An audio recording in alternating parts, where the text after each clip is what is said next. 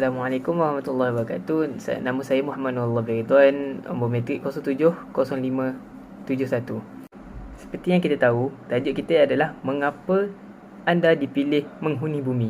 Baiklah, anda itu merujukkan kepada kita. Kita itu siapa? Manusia. Jadi, apakah sebab kita dipilih untuk ke bumi? Sebab-sebabnya ialah untuk beribadat kepada Allah. Seperti mana firman Allah Subhanahu Wa Taala, "Wa ma khalaqtul jinni wal ins illa liya'budun." Subhanallahul azim. Yang mana bermaksud aku tidak menciptakan jin dan manusia kecuali untuk beribadat. Tetapi di bumi kita akan diuji.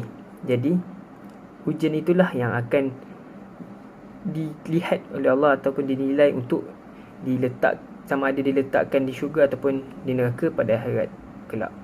Jadi kita dipilih duduk di bumi kerana Allah Maha mengetahui bahawa kita tidaklah lemah dan tidaklah kosong, kerana Allah tahu kita mampu untuk melalui semua rintangan yang diberi, ujian yang diberi. Seperti mana firman Allah Subhanahu Wa Taala, "La yukallifullahu nafsan illa wus'aha." Sadaqallahul azim. Assalamualaikum warahmatullahi wabarakatuh.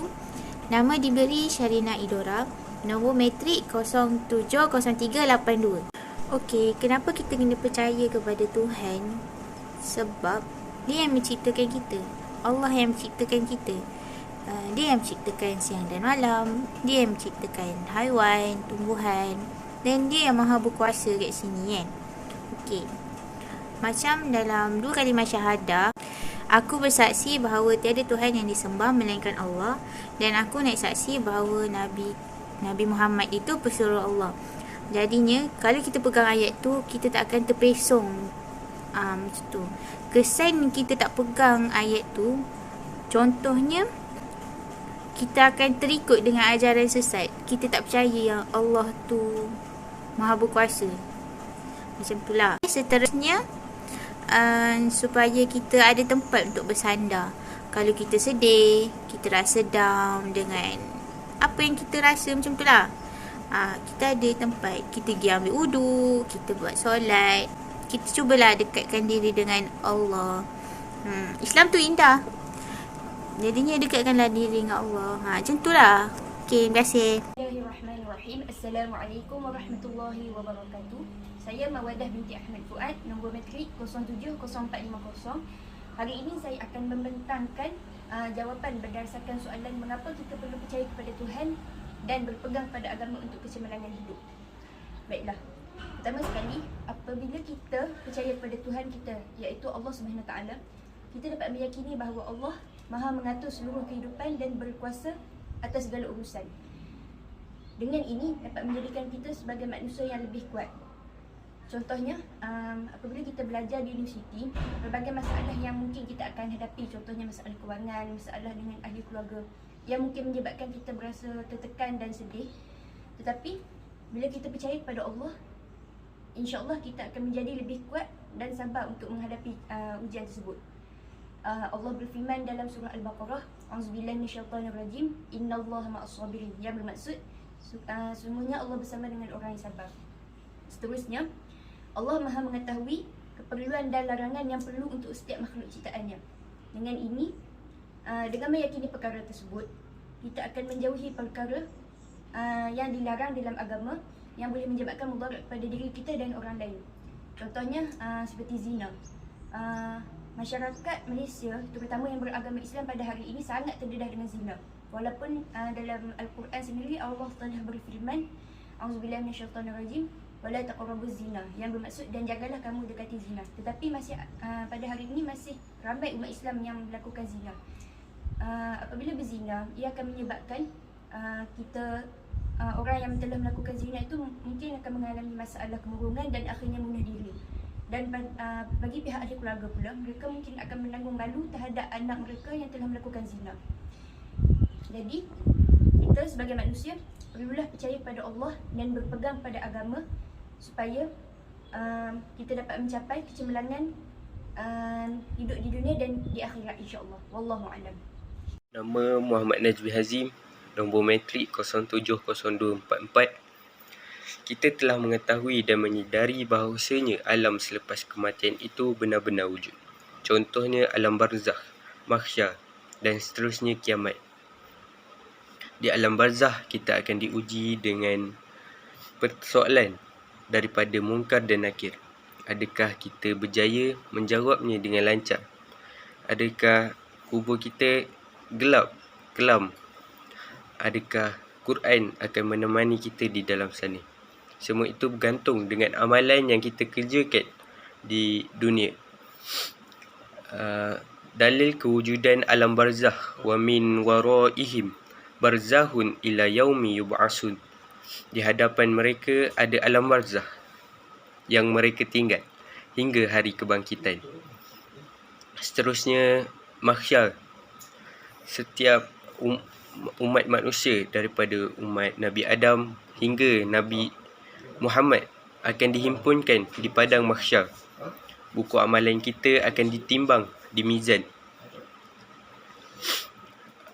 Setiap anggota badan kita akan berkata jujur.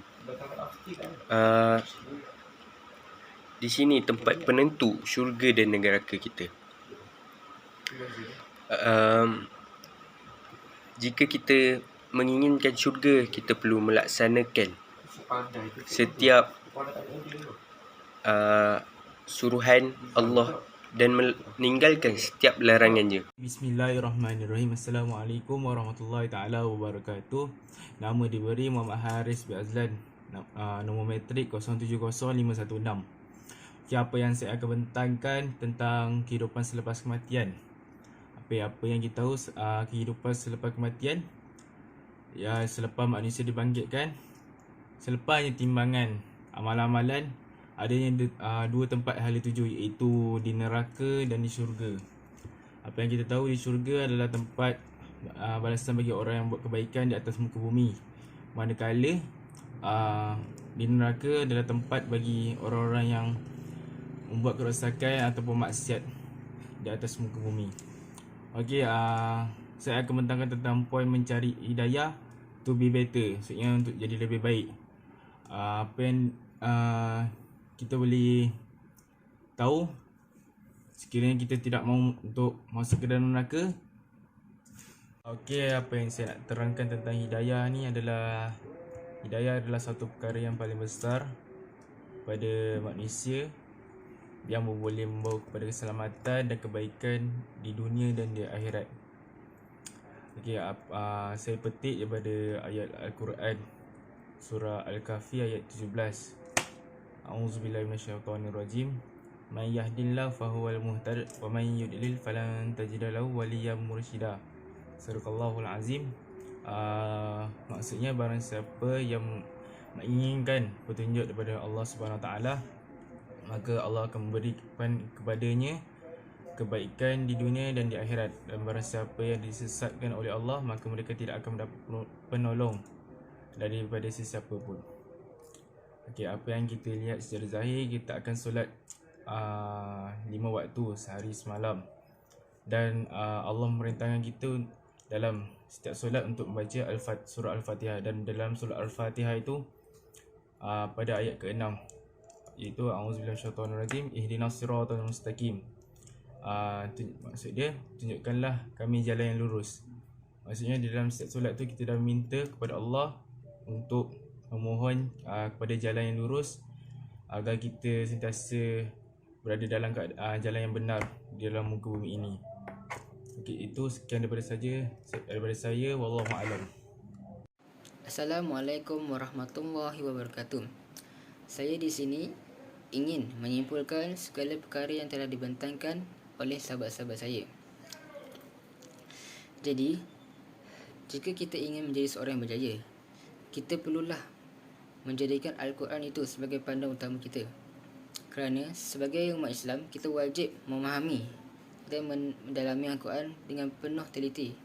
Kerana Al-Quran ini merupakan salah satu sumber utama bagi umat Islam, dan ia merupakan mukjizat yang telah dibawa oleh Nabi Muhammad SAW sejak dahulu lagi. Kalau kita tengok kehidupan sekarang ini, dia merangkumi kehidupan sekarang ni dia merangkumi apa yang terkandung dalam Quran. Antara aspek-aspek yang terkandung dalam Quran ialah pensyariatan hukum, undang-undang dan lain-lain. Saya ambil contoh pensyariatan hukum seperti pensyariatan hukum arak. Arak kita tahu adalah haram. Jadi kalau seorang tu tidak menjadikan Al-Quran sebagai panduan hidup, nescaya dia akan termasuk ataupun dia akan mengambil arak dalam kehidupannya.